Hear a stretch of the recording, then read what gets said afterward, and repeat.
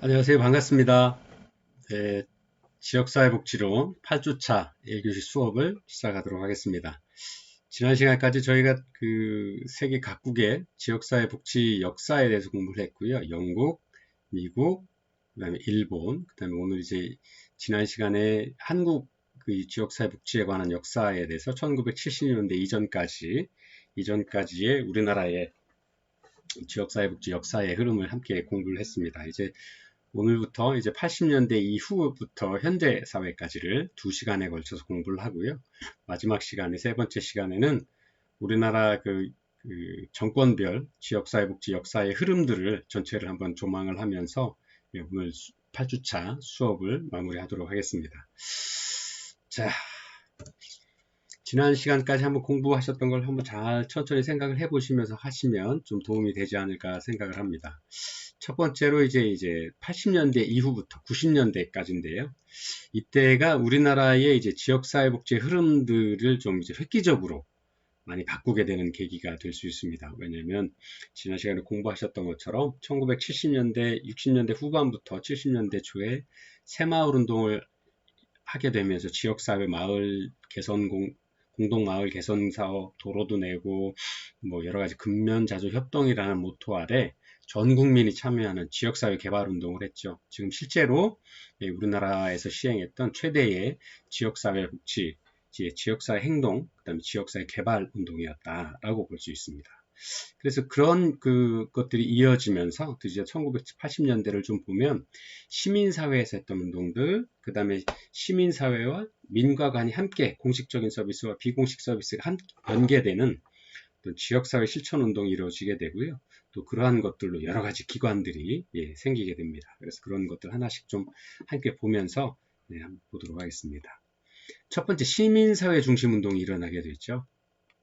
대표적인 게 이제 YMCA, YWCA, 또 경제정의 실천 시민연합, 또 환경운동연합, 참여연대, 또 소비자 시민모임에서 이러한 사회운동을 했던 단체들이 쭉 발생되고 또 외국과의 그동안 이제 1950년대 이후에 외원기관들이 들어와서 여러 가지 활동들을 했을 때 그런 것들을 기반으로 해서 영향을 받아서 우리나라에도 이런 시민사회 모임들이 결성이 되게 되고 이렇게 결성된 시민사회 단체들이 해당 지역 아니면 해당 업무 분야에서 시민사회 구성원들의 목소리를 잘 담아서 전달을 하고 사회 정의에 맞는 활동들을 하기 위한 활동들을 적극적으로 펼쳐냅니다. 이런 것들이 구체적으로 사회운동으로 우리 지역사회에서 연계되기 시작을 했고요. 조금 이따가 한번 좀 같이 세세하게 들여보도록 하고요. 두 번째가 민간 또는 민과 간이 합동돼서 연계된 협치에 대한 어떤 기관들이 나오기 시작을 합니다. 첫 번째가 사회복지관입니다. 사회복지관이라는 것은 종합사회복지관, 지금 현재는 종합사회복지관이라고 불려지고 있는데요. 이것이 이제 법체계 안에, 법 제도 안에 종합사회관을 만들도록 영구 임대주택단지가 들어서는 어떤 그런 아파트 단지 안에 종합사회복지관을 의무적으로 설치해서 운영하도록 하는 법 제도를 정비하게 됩니다. 그래서 이것이 이제 그동안은 민간에서 어떤 사회복지에 관련된 제도들이 아니면 서비스가 전달이 되었다라 그러면 법 제도 안에 들어와서 행정의 제도 안에 들어와서 의무화되는 어떤 조항들을 통해서 그 서비스들을 민과 관이 제공했던 서비스들이가 함께 협업이 되어서 서비스가 진행되었다. 지역사회 개발 및 지역사회 문제 해결을 위한 서비스의 주체로서 활동을 하게 되었다라는 게 좀 의미가 있을 것입니다. 그래서 1983년 사회복지사업법 시행규칙과 또 1991년에 주택건설 기준 등에 관한 규정 및 규칙에 영구 임대주택 단지 내에 종합복지 서비스를 제공하도록 법으로 규정되어서 시행이 되고 있고요. 현재 많은 지역사회, 천안은 이제 6단지, 그다음에 7단지 이런 곳에 성정종합사회복지관, 또 쌍용종합복지관 이런 기관들이 들어서게 되면서 영구 임대주택 단지에 살고 계시는 많은 사회적 약자분들 아니면 저소득 취약계층들, 그다음에 노인분들을 위한 어떤 지역사회 조직, 그다음에 지역사회 개발을 위한 활동들, 그다음에 그 안에 아이들이나 이런 서비스가 필요한 사회적 서비스가 필요한 아이들을 위한 어떤 복지 지원 서비스들을 적극적으로 시행하기 위한 어떤 규정들을 만들어냈고요. 또 그런 서비스들을 제공을 하게 되었습니다. 그 다음에 또 두 번째는 이제 지역사회교육협의회라고 하는 기관이 생겼죠. 전국적으로 조직을 만들었고요. 그 좋은 학교 만들기, 또 좋은 부모 교육, 또 건강한 가정, 활기찬 지역사회 만들기 이런 운동들을 했는데 이것은 지역사회 개발 커뮤니티 활동에 보면 지역사회 교육, 또 지역사회 개발, 또 사회운동의 어떤 중추적인 역할들을 하는 기관으로 자리매김하게 됩니다. 또 1996년에는 정신보건법에서 정신질환자 사회복지 추진을 위한 어떤 법들을 만들었고요. 또 재가복지봉사센터, 고령자 복지 서비스 등을 제공을 해서 실제 재가보호 서비스, 즉 집에 머물면서 사회복지 사업법을 좀 바꿔서 이런 어떤 이동하지 않고 찾아가는 서비스, 그다음에 우리가 흔히 이야기하는 제가 가정봉사원 파견사업, 단기보호, 장기보호 이런 사업들이 편리하게 사회 서비스를 제공하기 위한 어떤 시스템들을 제도적으로 갖춰나가기 시작을 했다라는 것이 특징이라고 할 수 있습니다. 또 한 가지 더 특징은 이제 공동모금회를 만들어서 법으로 만들어서 이런 어떤 사회복지 서비스를 제공하기 위한 재원들을 건강한 재원들을 만들어내기 위한 방법들로 만들어졌다라고 만들어지기 시작했다라고 볼 수 있습니다. 그래서 1970년에 한국사회복지 공동모금회를 만들었고요. 법률을 만들었고요. 그 다음에 1980년에 사회복지사업 기금법을 만들었습니다. 그래서 이런 것들은 조금 이따가 한번 세부적으로 볼 거고요. 1999년에 사회복지 공동모금회를 정식 만들어서 모금회를 출범을 하게 됩니다. 그래서 외국의 사례와도 한번 비교를 해보면서 함께 공부해 보도록 하겠습니다. 자, 첫 번째가 이제 사회복지관인데요. 여러분들 교재 페이지 한번 같이 보시면 181페이지를 보시면 잘 설명이 되어 있습니다. 우리나라에서 이제 사회복지관은 1983년에 사회복지사업법을 개정 통해서 이제 사회복지관의 사업을 하게 된 어떤 기준을 마련하게 되었고요. 1988년부터 국고보조를 진행을 해 나가기 시작을 했습니다.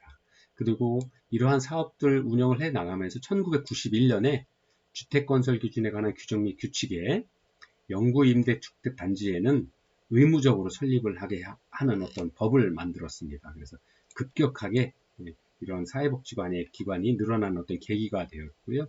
또 이러한 계기를 통해서 민과 관이 협력적인 지역사회복지 활동의 핵심 역할을 시행할 수 있는 어떤 법적, 제도적 장치를 만들었다 하는 게 큰 의미가 있다 할 수 있습니다. 그래서 이러한 그 사회복지관을 통해서 지역에 사회복지 서비스를 제공하게 된 어떤 중심적인 역할을 했다라고 알 수 있습니다.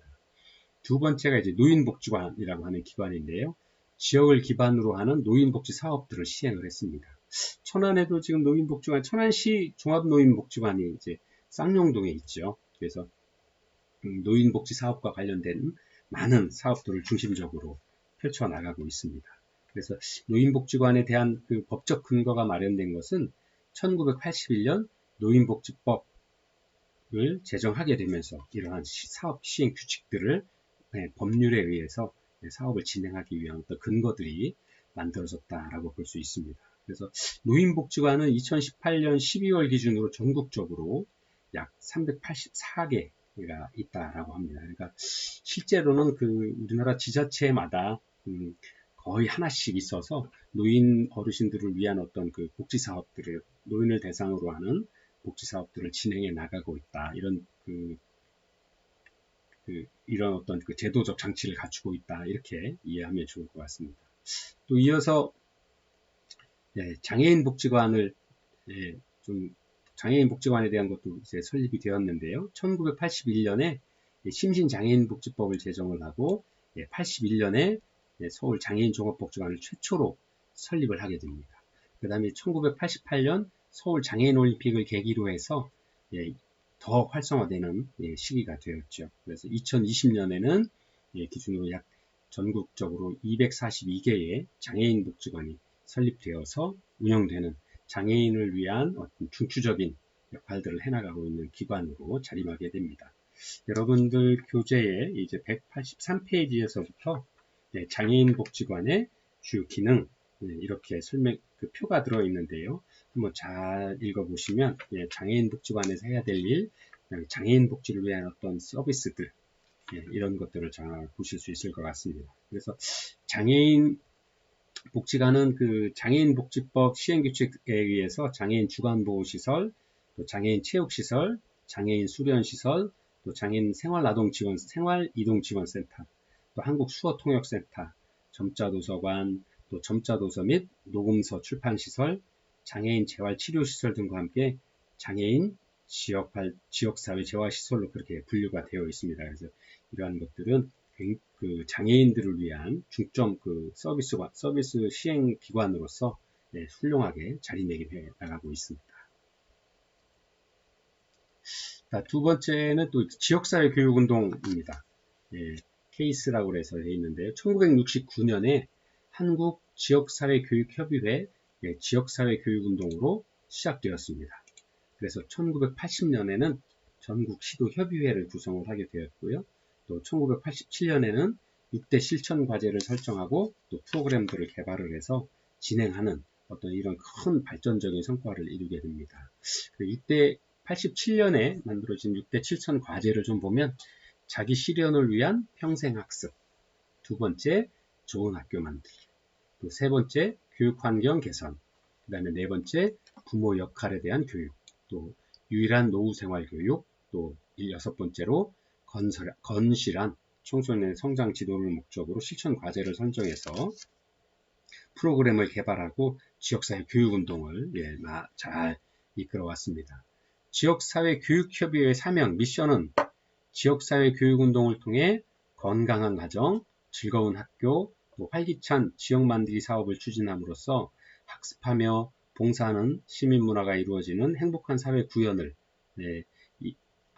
하는 것을 미션으로 삼아서 지금까지도 좋은 지역사회 만들기 또 좋은 학교 만들기 운동을 지속적으로 해오고 있습니다. 이제 또한 학습하는 시민, 의식이 있는 시민, 협동하는 시민, 봉사하는 시민, 참여하는 시민이라는 시민상을 바탕으로 해서 좋은 시민문화 만들기 운동도 진행을 해 나오고 있습니다. 그래서 실제로 우리나라의 어떤 그 지속적인 고도 성장을 이루면서 그 사회, 그 이면에 그 성장 위주의 정책에서 이제 지역사회가 함께 발전하기 위한 우리가 경제학적으로 이야기하면 낙수 효과라고 이야기를 하죠. 보통 이렇게 대야가 지금도 많은 사회에서 경제 발전이나 아니면 지역사회 발전의 방향을 뭐 그릇이 먼저냐 아니면 복지가 먼저냐 뭐 이런 이야기를 따지고 있는데 그때만 해도 우선 낙수 효과라 그래서 이런 큰 우리나라의 경제라고 하는 큰 그릇에 물을 가득 채우는데 노력을 하고 이걸 가득 채운 이후에도 계속 채우게 되면 그 가득 찬 이후로 넘쳐나갈 거니까 낙수라고 하죠. 트리플이라고 하는 낙수되는 것들로 우리 지역사회의 경제 성장의 어떤 과실이 함께 공유하게 될 거다라는 이야기를 하게 된 거죠. 즉, 이러한 그릇에 경제 성장이라는 어떤 그 성과물을 계속 쌓다 보면 이것이 그릇을 채우고 나면 우리나라 경제 정책의 어떤 일정 틀을 채우고 나면 밖으로 넘쳐나갈 거다라는 거죠. 이렇게. 그러면 이러한 경제 정책의 효과들을 넘쳐난 경제 효과의 정책들을 일반 대중들도 법 테두리 안에 있지 못했던 많은 일반 대중들도 함께 그 효과들을 서비스들을 제공받을 수 있을 거다라는 이야기인 거죠. 그래서 이러한 것들을 하기 위한 어떤 현상들로 만들어졌다라고 이해를 하시면 좋을 것 같습니다. 그 다음에 이제 세 번째 시민사회 운동으로 진행됐던 것들 중에 하나가 우리가 보통 이야기하는 NGO 단체, NPO 단체라고 하는 것들이 우리나라 역사적으로는 외원기관이 들어와서부터 시작을 했던 거고 80년대 이후에 아주 굉장히 큰 역할들을 하게 되는데요. 첫 번째로 말씀을 드릴 수 있는 게 YMCA, 또 YWCA라고 말씀드릴 수 있을 것 같습니다. 우리나라의 서구 유럽의 종교 크리스트교, 개신교의 어떤 그 종교 문화가 들어온 게 1900년대 초라고 할 수 있겠죠. 뭐 엄밀하게 따질 수는 뭐 더 전에도 있을 수 있겠습니다만 우리나라에 대중적으로 알려졌던 게 1900년대 초라고 볼 수 있을 것 같은데요. 그 이후에 1980년대까지 엄청난 포교 활동을 통해서, 또 아니면 사회복지 활동을 통해서, 그 다음에 초기에 우리 사회에 들어와서 전 시간에도 잠깐 보셨던 것처럼 교육 활동, 그 다음에 빈민 구제 활동, 또 고아 구제 활동, 뭐 이런 사회복지적인 어떤 정책들을 펴나가면서 우리 사회에 아주 중요한 단체들로, 3인 사회 운동을 이끌어 나가는 단체들로 활동을 하게 됩니다. 그래서 1844년에 영국에서 만들어졌던 YMCA라는 기관이 이제 우리나라에서 한국 군대와의 굉장히 큰 공헌을 하게 되었습니다. 그래서 한국 YMCA 초창기에는 민족 독립운동의 중심 역할로, 그 다음에 새로운 교육과 문화활동을 소개하는 한편, 또 농촌사업 등을 통해서 민중의 복지 향상을 위한 활동에 아주 큰 역할을 해왔습니다. 그래서 현재도 우리 지역사회 YMCA, 또 뭐 YWCA 이런 단체들이, 기관들이 우리 지역 정책적으로 좀 부족했던 부분들이나 아니면 좀 사회복지의 손길이 미치지 못하는 많은 곳에서 아주 훌륭한 역할들을 해내고 있다라는 것들을 잘 아실 수 있을 겁니다. 그리고 또 YWCA도 그렇죠. 예, 젊으신 기독교 신자들의 모임, 남성들의 모임과 여성들의 모임인데요. 우리나라에서 특히 여성들의 모임은 김환란, 김필래, 유각경 등에 의해서 창립됐습니다. 한국 YWCA가 창립이 되었고, 초기의 활동은 주로 교육활동, 여성들을 위한 교육, 또 계몽활동, 그 다음에 생활개선, 또 여권신장운동, 민족운동 등을 시작을 하게 되면서 우리나라의 YWCA의 활동들을 시작을 하게 되었죠. 당시 여성들을 괴롭히던 어떤 뭐 조혼 문제, 또 공창제도, 뭐 축첩, 첩을 두고 하는 어떤 이런 많은 조선시대 말기에 일부 다처제의 이런 많은 어떤 여성 억압적인 정책들을 좀 교육을 통해서 좀 개선하고, 또 전후사회 아니면 일제시대 때 독립운동을 하기 위한 어떤 사상적인 기반과 그런 여성들의 활동들의 적극적인 어떤 기반이 되었다라고 하고요. 또 YWCA에서 시행했던 많은 정책들의 교육을 통해서 시민의식을 키우고, 여성들의 여권 신장 운동을 통해서 여성 지도자들을 배출해내는 어떤 그런 활동들을 아주 성공적으로 맞춰내는 아주 훌륭한 기관으로 자리 잡고 있고요. 지금도 뭐 YWCA, YMCA들이 기독교 단체로서 우리 지역사회로 하는 활동들에 아주 중추적인 역할들을 해오고 있습니다. 자, 두 번째가 이제 경제정의 실천 시민연합입니다. 여러분들 교재에 192페이지부터 아주 상세하게 설명이 되어 있는데요. 자, 1989년에 경제정의를 구현한다는 목적으로 시민운동을 시작을 했던 단체입니다. 그래서 제도적인 개혁을 통해서 경제적인 어떤 이익을 공유하는, 공공의 이익을 추구하기 위한 활동들을 많이 했습니다. 그래서 경실련의 주된 활동은 부동산 투기 근절운동, 또 금융실명제 도입, 한국은행의 독립을 촉구하고 부동산 실명제 촉구운동, 또 지방분권 국민운동, 또 재벌개혁운동, 아파트값 거품 빼기 운동, 또 공공갈등의 합리적인 해소운동, 의료사고 피해 구제법 제정운동, 공공요금 수도나 전기, 가스 등 연체료 개선운동, 또 상비약, 약국외 판매운동 등 아주 여러가지 운동을 해왔습니다. 그 다음에 얼마 전에까지도 정부에서 중요한 역할을 하셨던 분도 김상조 교수님도 여기 경실련의 아주 유명한 교수님이셨죠. 근데 이제 요번에 이제 몇 년 동안 정부에서 고생을 하시고 중추적인 역할을 하시다가 이번에 물러나셨는데요. 그분도 이런 경실련에서 활동을 하셨던 훌륭한 경제 쪽에서 활동을 하셨던 교수님이셨죠. 경실련의 목토는 다음과 같다라고 여러분들 교재 192페이지에 설명이 되어 있습니다. 한번 제가 보도록 하겠습니다. 특정 당파나 이념에 얽매이지 않으며 시민의 공익을 우선으로 생각하는 비당파적 순수 시민운동입니다. 비판이 목적이 아닌 실사구시 정신에 입각한 합리적이고 실천 가능한 대안을 제시합니다. 모두가 함께 만들어가는 정의사회 구현을 위해 합법적 평화적인 운동 방법을 실행합니다. 경실련 주장은 균형과 조화, 경제성장과 사회적 형평성 어느 한 부분에 치우치지 않습니다. 라는 이러한 어떤 모토를 가지고 경제 정의를 실천하기 위한 활동들을 해왔던 시민사회운동의 대표적인 기관이라고 소개드릴 수 있을 것 같습니다. 또 세 번째가 이제 환경운동연합입니다. 얼마 전에 이제 환경운동연합의 어떤 비리가 잘못된 방향으로 지적하는 것들이 매스컴에 좀 나온 적이 있었죠. 그렇지만 그런 것들보다도 더 큰 어떤 환경운동을 하기 위한 어떤 연합 지역사회 실천운동을 많이 해왔고요. 시민사회 운동으로서 그러한 그 환경운동연합의 기원이 1982년 한국 최초의 환경단체인 한국공해문제연구소에서 시작이 되었다라는 것들을 말씀드릴 수 있을 것 같습니다. 그 다음에 이러한 그 많은 그 기관들이 환경운동과 관련된 기관들이 1987년에 6월 민주항쟁 이후에 열린 공간에서 시민환경운동을 아주 대대적으로 펼쳐나가기 시작했다고 보여질 수 있습니다.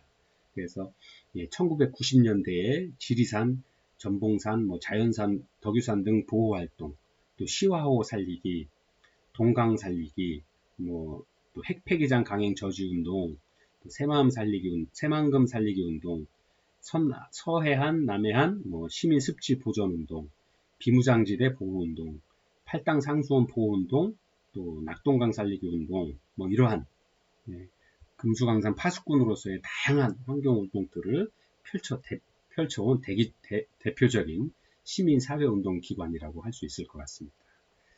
그 다음에 이제 네 번째가 참여연대입니다.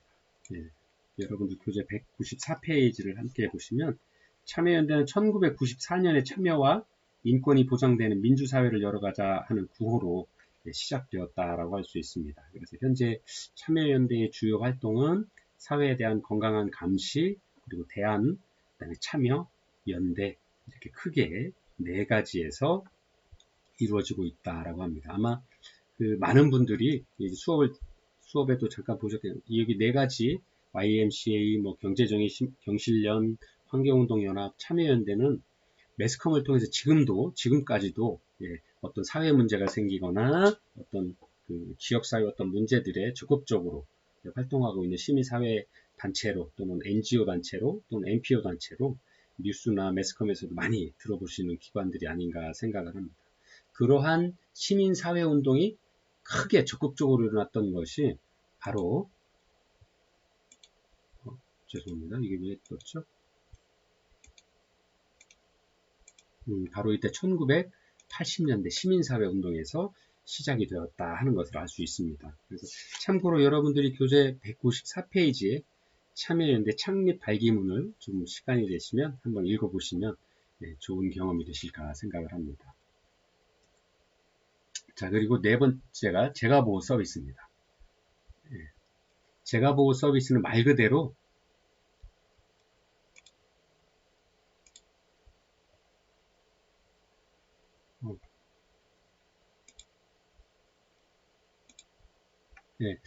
그 1986년도에 주간보호 사업, 가정봉사원 파견 사업을 시범사업으로 실시를 하게 되면서 1990년대에서부터 이제 굉장히 재가보호 서비스를 활발하게 운영을 했죠. 재가보호 서비스는 우리가 잘 생각을 해보시면 아실 수 있는데 탈시설화 사업이 되면서 많은 요보자들을 정상화라는 개념, 즉 자기가 나고 자란 지역사회에서 서비스를 제공받을 수 있도록, 그래서 우리가 함께 거주하고 함께 생활하는 일상의 사회에서 사회 서비스들을 받을 수 있게 하고, 그럼으로써 일상의 평안과 본인이 필요로 하는 서비스를 받아서 일상생활에 적응할 수 있도록 하기 위한 서비스라고 할 수 있고요. 그것이 이제 재가보호 서비스 또는 재가복지 서비스라고 할 수 있을 것 같습니다. 그래서 가정봉사원 파견 서비스, 또 주간보호 서비스, 또 단기보호 서비스 이런 것들을 운영되고 있었는데요. 1992년에 재가노인 복지 사업에 대한 정부의 재정 지원이 이루어지기 시작을 했다라고 할 수 있습니다. 그래서 많은 기관들이 생겨나게 됐죠. 또 이런 기관들이 생기게 되면서 IMF 이후에 또 신자유주의 정책이 들어오면서 우리나라에서도 민영화에 대한 요구가 외부에서의 압력이 늘어나게 됐죠. 그래서 그런 시기적인 어떤 흐름과 맞춰서 사회복지 기관들이나 시설들을 민영화하는 일들이 급진적으로 이루어지기 시작을 하면서 굉장히 큰 일들이, 큰 변화의 바람이 불기 시작을 합니다. 그래서 이렇게 재난보호 서비스의 어떤 분야들이 있었고요. 그 다음에 다섯 번째가 이제 공동모금 서비스입니다. 예, 공동모금에는 이제 우리나라의 법률로 정해져 있고요. 다만 이제 외국과의 차이를 좀 보자 그러면, 그 외국의 경우에는 미국이나 일본 같은 기관의 같은 경우에는 커뮤니티 기관들이 사업 수행을 위해서, 지역사회복지 사업 수행을 위해서 지역 기반의 공동모금의 협의체를 만들었던, 자발적으로 기관들끼리 모여서 많은 기금을 내시는 분들의 어떤 기금을 공동으로 받아서 그걸 어떻게 투명하게 집행을 하느냐, 책무성, 책임성을 다하기 위한 어떤 방법으로 공동협의회가 또는 공동모금을 위한 협의체가 만들어졌습니다만, 우리나라의 같은 경우에는 좀 그렇지 않았다라는 게 좀 차이가 있는데, 왜 그러냐면, 첫 번째, 우리나라의 공동모금의 역사가 짧은 이유가 외국의 사회복지기관을 받으면서 바로 시작할 수 있었음에도 상대적으로 짧았던 이유가, 첫째로 일제강점기와 6.25 민족전쟁을 거치면서 전국이 폐허가 되었기 때문에 다른 사람을 돕기 위한 어떤 모금을 한다라는 것 자체가 조금 어려운 시기를 거쳐왔다라는 게 첫 번째 이유고요. 두 번째가 우리나라 사회복지가 1970년대까지는 주로 외국에서 들어왔던 외원기관들에 의해서 진행이 되어 왔기 때문에 이러한 것들을 하기 위한 어떤 사회복지 사업에 대해서 우리 국민들이 어떤 큰 필요성을 느끼지 못했다라는 게 두 번째 이유가 될 수 있을 것 같습니다.